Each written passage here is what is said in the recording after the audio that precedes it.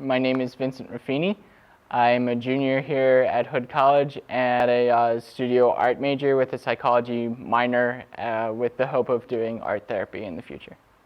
I am making Artorias from Dark Souls. The third game just came out this spring, and so I'm kind of making a throwback to the first game. I am making this costume for the 2016 Otakon. It's a convention I attend almost every summer since my sophomore year of high school. So this is pretty much what we're going to be using for the entire project. So it's EVA foam. So this is basically what most people that do cosplays make armor out of. So I'm going to make the helmet, and basically what I'm going to do is I'm going to take a cardboard band, so I'm just going to cut up this box, and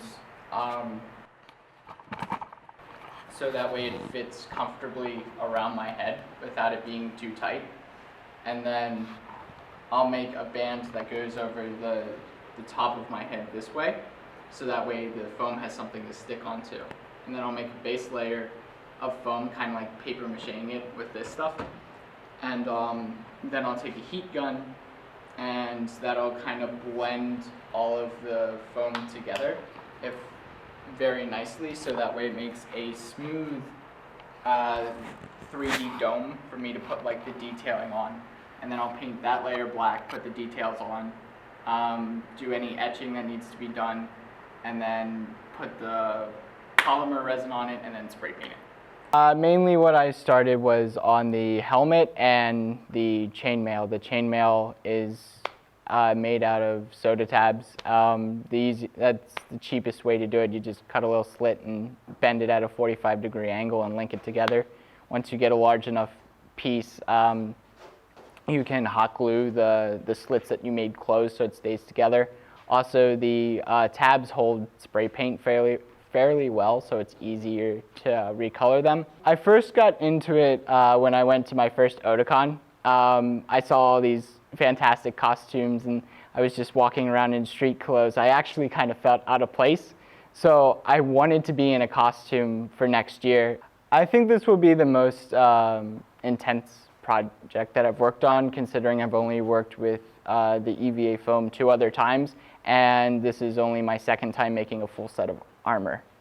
Most of the stuff that I do is usually with fabric or some sort of like cloth-like material, and it involves sewing. Like, that's my skill. That's what I started with, and EVA foam is kind of a new experience and a new skill set that I'm trying to acquire.